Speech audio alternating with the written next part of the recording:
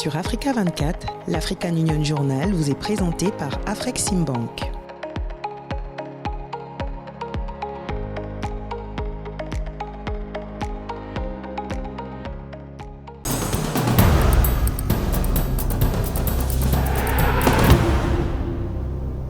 Madame, Monsieur, merci de nous rejoindre sur les antennes d'Africa 24 pour une nouvelle édition de l'Africa Union Journal qui se consacre aujourd'hui au rôle de la gestion des finances publiques dans la bonne gouvernance. Reportage et analyse à suivre dans un instant.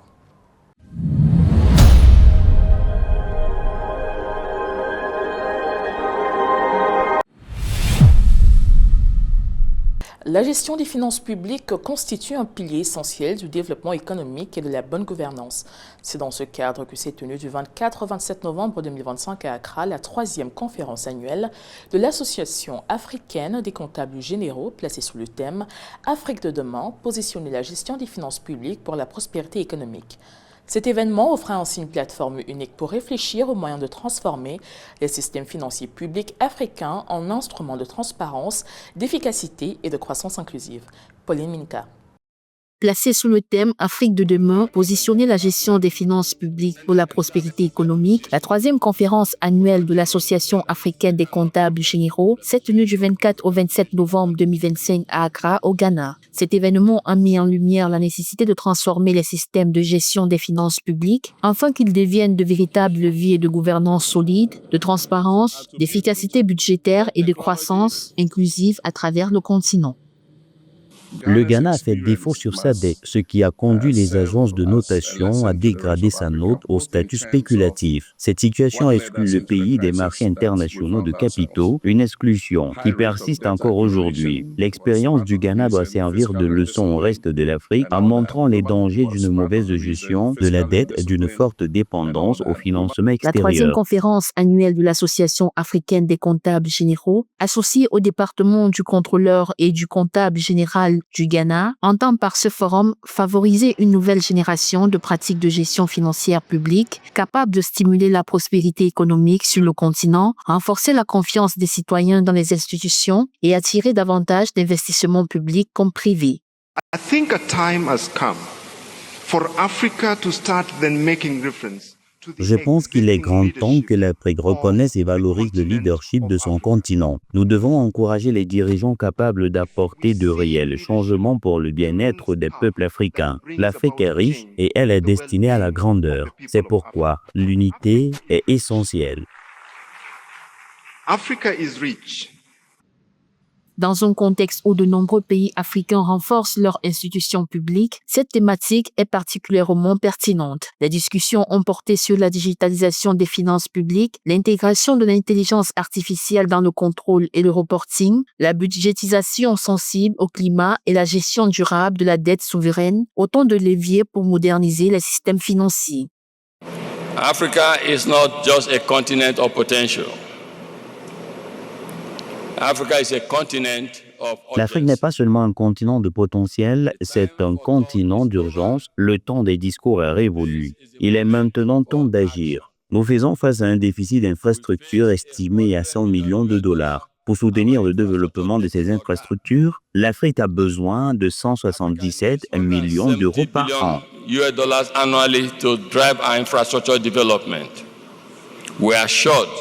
Avec la participation de plus de 2000 experts comptables, décideurs politiques et spécialistes, l'événement a illustré une ambition collective, faire de la gestion de finances publiques non seulement un instrument de contrôle, mais aussi un levier de développement durable. L'Afrique s'engage dans une transformation numérique rapide portée par des stratégies ambitieuses dans des pays comme l'Afrique du Sud, le Kenya, le Nigeria et le Ghana et des investissements croissants dans l'IA.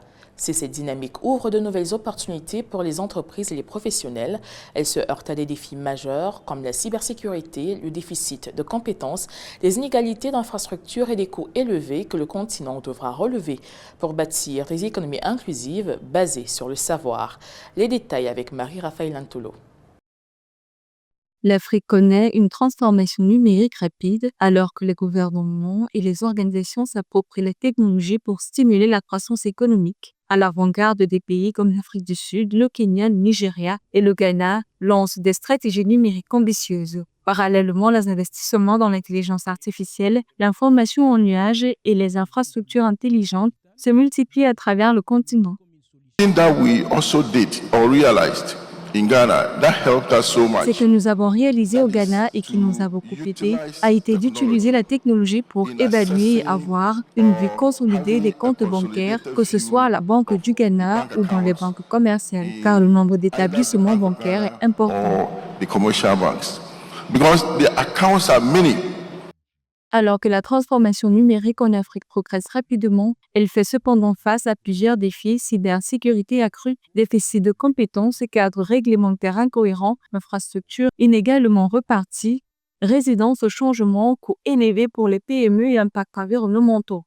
Les solutions incluent le renforcement de la cybersécurité, la formation, l'harmonisation des règles, l'extension des infrastructures, le soutien financier aux PME et l'adoption de technologies durables.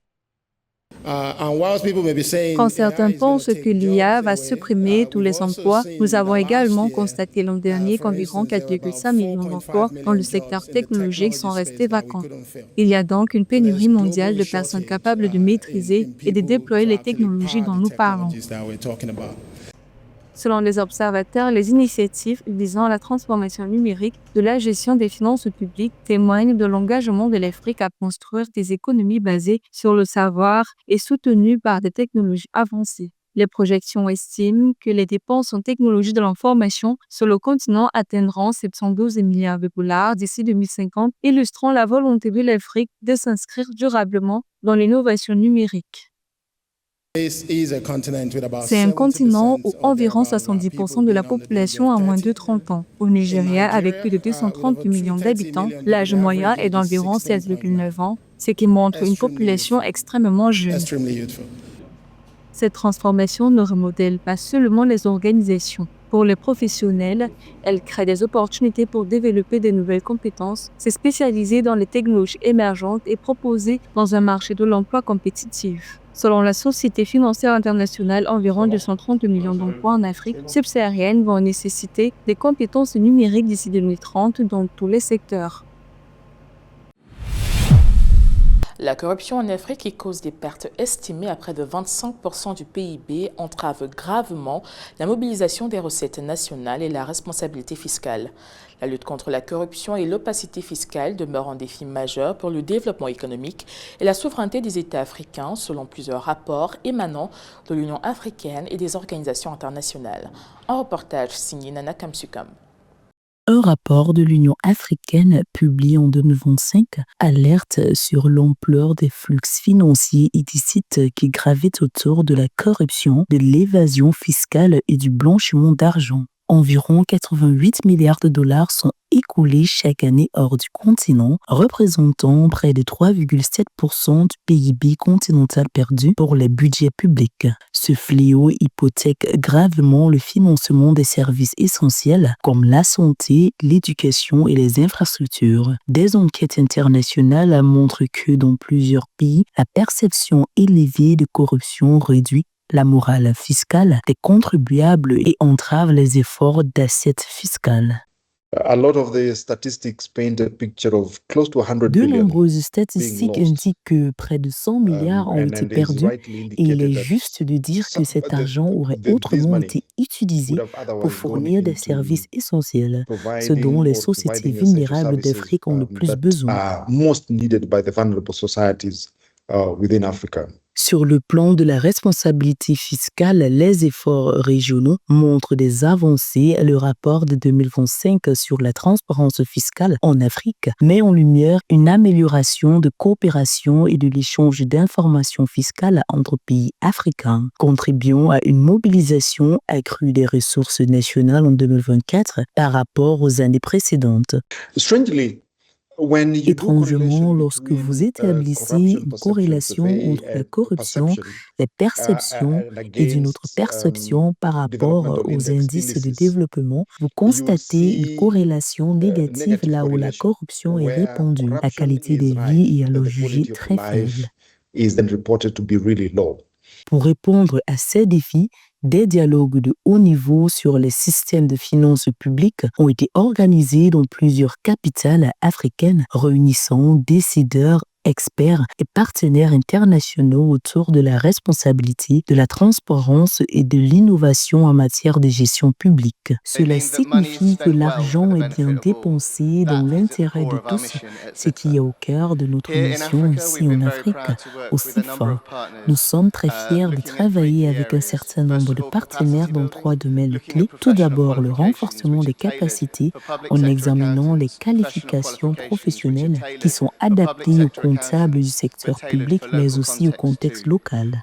Malgré ces efforts, des rapports indépendants montrent que la faible transparence et la faiblesse des mécanismes de reddition de comptes restent des obstacles majeurs. Experts et acteurs institutionnels insistent sur la nécessité d'un cadre africain intégré et rigoureux, combinant normes internationales, renforcement des administrations fiscales, système de sanctions efficaces et participation citoyenne pour arracher le continent au piège de l'évasion fiscale et de la corruption. L'actualité en bref de cette édition, signée par Lucrèce Mbogol, c'est dans la CEDEAO la prise de commandement des forces économiques en Gambie par le colonel Aliou Tine. C'est également la réunion entre le président de la Commission de l'Union africaine et les facilitateurs du groupe UEACAE-SADC sur la situation dans l'est de la RDC. Le colonel Aliou Tine a officiellement pris ses fonctions comme nouveau commandant des forces de la mission de la CEDEAO en Gambie lors d'une cérémonie de passation tenue le 8 janvier 2026 à Bako. Lors de l'événement, il s'est engagé à renforcer la sécurité régionale et à soutenir l'organisation d'élections paisibles en travaillant en étroite collaboration avec les autorités gambiennes et les forces armées locales. Il succède au colonel Ndiane Diouf, salué pour son service et a promis de poursuivre les efforts pour stabiliser le pays et soutenir le mandat de la mission. Le président de la Commission de l'Union africaine, Mahmoud Ali Youssouf, a reçu le groupe de facilitateurs conjoints de l'Union africaine, de la Communauté de l'Afrique de l'Est et de la Communauté de développement de l'Afrique australe, chargés de la crise dans l'Est de la République démocratique du Congo. Lors de cette rencontre du 14 janvier 2026, il a salué le leadership et l'engagement des facilitateurs et réaffirmé le soutien total de la Commission à leur mandat pour promouvoir la paix et la stabilité. Le panel a souligné l'importance d'une cohérence entre les initiatives africaines et internationales et s'est engagé à travailler avec le médiateur de l'Union africaine, Faure Esozina Nyasimbe, pour impliquer toutes les parties prenantes vers une solution durable et inclusive dans l'Est de la RDC. Le commandement des États-Unis pour l'Afrique a annoncé la livraison de fournitures militaires essentielles au Nigeria, présentées comme un soutien concret aux opérations en cours contre les menaces sécuritaires, notamment le djihadisme, et un signe du renforcement du partenariat bilatéral en matière de sécurité. Cette annonce faite le 13 janvier 2026 à Abuja s'inscrit dans un contexte. La Somalie a officiellement annulé tous ses accords de coopération avec les Émirats arabes unis, accusant cet État du Golfe de violations répétées de sa souveraineté. Cette décision, annoncée par le gouvernement somalien, marque une rupture diplomatique majeure et pourrait avoir des conséquences politiques, sécuritaires et économiques considérables dans la Corne de l'Afrique. Compte rendu de Jérôme Belobo. La Somalie a annulé tous ses accords avec les Émirats arabes unis le 12 janvier 2026, invoquant des violations répétées de sa souveraineté, notamment l'utilisation non autorisée de son espace aérien. La décision du Conseil des ministres de Mogadiscio met fin à toute coopération, y compris la gestion portuaire et la sécurité et la défense. waxaan qaadanay tallaabooyin kala duwan oo la xiriira difaaca midnimada dalka iyo dadka Soomaaliyeed. Nous avons pris diverses mesures pour protéger l'unité de notre pays et les droits du peuple somalien. Nous avons collaboré avec les pays et les organisations internationales dont nous sommes membres afin d'obtenir leur soutien à notre juste cause, qui consiste à défendre notre nation contre les violations flagrantes commises par Netanyahou. Il est également devenu nécessaire de prendre les mesures concernant les accords que nous avons conclus avec certains pays et que nous jugeons incompatibles avec l'unité, le bien-être et la souveraineté de la Somalie. Le Conseil des ministres du gouvernement fédéral de Somalie a décidé de mettre fin à tous les accords conclus précédemment avec les Émirats arabes unis, y compris ceux relatifs aux infrastructures, à la sécurité et à la défense bilatérale, comme le stipule la décision du Conseil. Le différend porte sur les accords stratégiques des ports tels que Berbera, Bosaso et Kismayo et la coopération sécuritaire avec les Émirats arabes unis. La Somalie accuse Abu Dhabi de contourner les institutions fédérales en traitant directement avec les régions comme le Somaliland menaçant l'unité nationale. Cette position est soutenue par des chefs traditionnels et acteurs politiques somaliens qui mettent en garde contre l'ingérence étrangère. You cannot, and Somalia will not tolerate to encourage secessionism. Vous ne pouvez pas, et la Somalie ne va pas le tolérer, encourager le sécessionnisme ou se battre contre les entités subnationales car elles ne font pas partie de la Somalie. Nous voulons que notre souveraineté soit respectée et nous espérons que les Émirats arabes unis arrêtent de se mêler de nos affaires internes et de respecter nos frontières internationales. And respect our international borders. Les répercussions pourraient être importantes tant sur le plan économique que géopolitique. La résiliation de ces accords pourrait perturber les opérations portuaires, la coopération en matière de sécurité et les flux d'investissements étrangers, tout en remodelant les alliances à la compte de l'Afrique.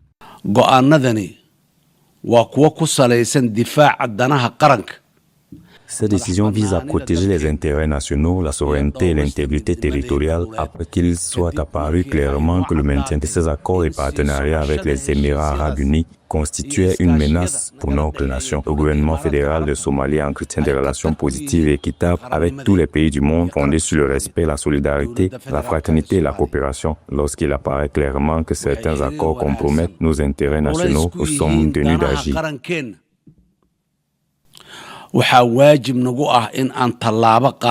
La Somalie insiste sur le fait qu'elle reste ouverte à des partenariats qui respectent sa souveraineté, mais cette décision témoigne d'une position plus ferme à l'égard de l'influence extérieure. Pour les Émirats arabes unis, acteurs régionaux clés, cette annulation risque d'affaiblir leur présence en Somalie, tout en exacerbant potentiellement les tensions régionales liées au statut du Somaliland et à la géopolitique plus large de la mer Rouge.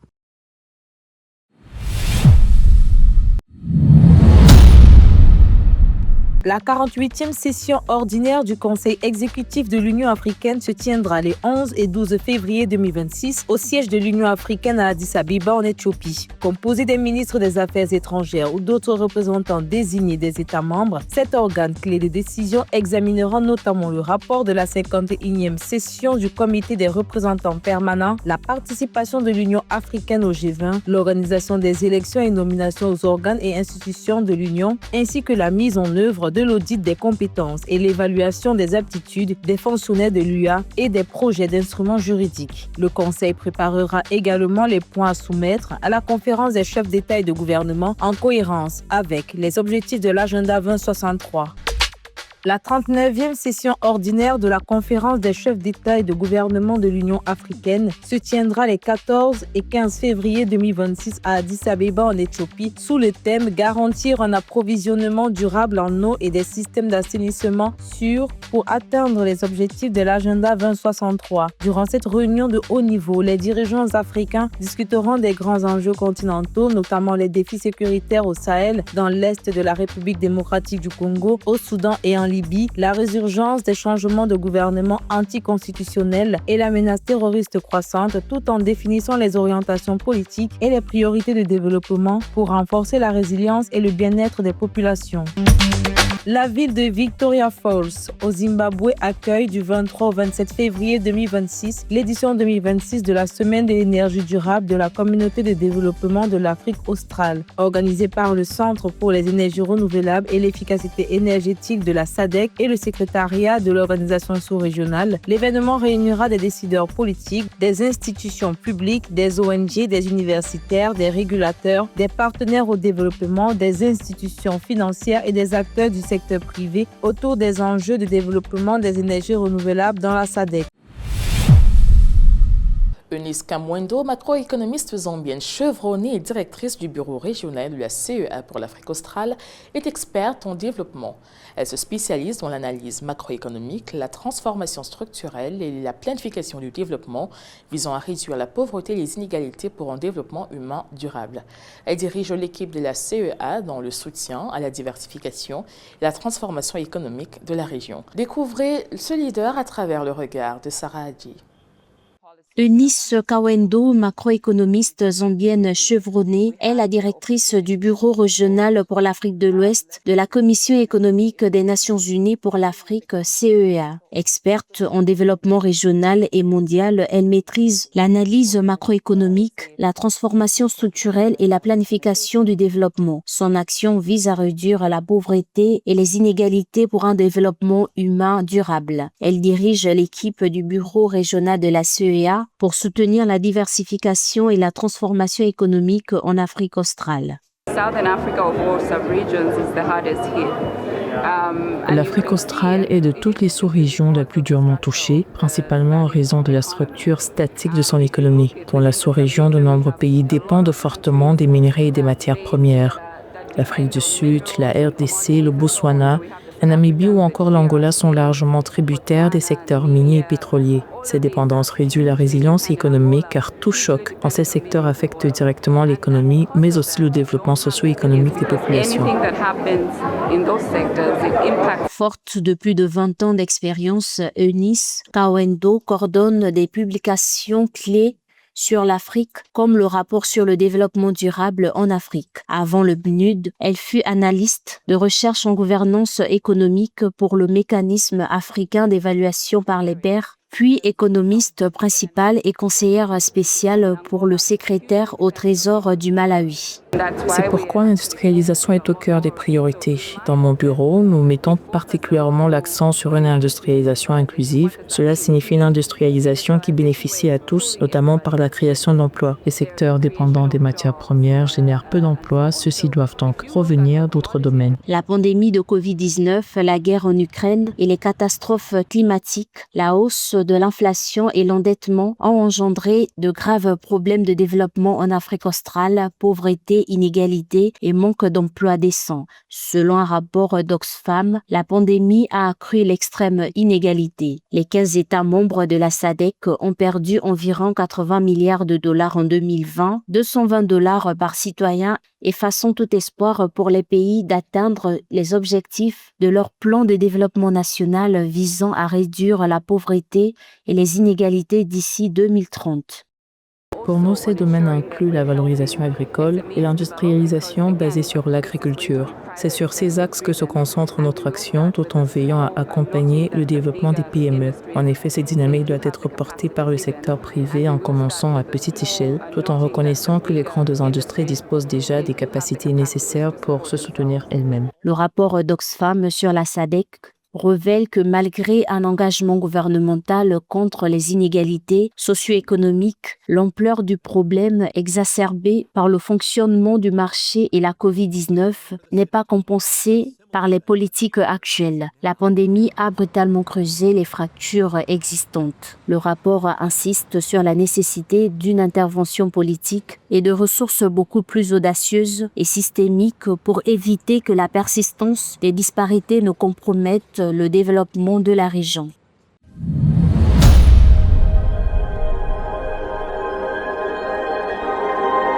Madame, Monsieur, c'était l'Africa Union Journal préparé par l'ensemble de la rédaction. Merci de l'avoir suivi. Tout de suite, une nouvelle édition de l'actualité africaine sur africa24tv.com et sur l'application MyAfrica24.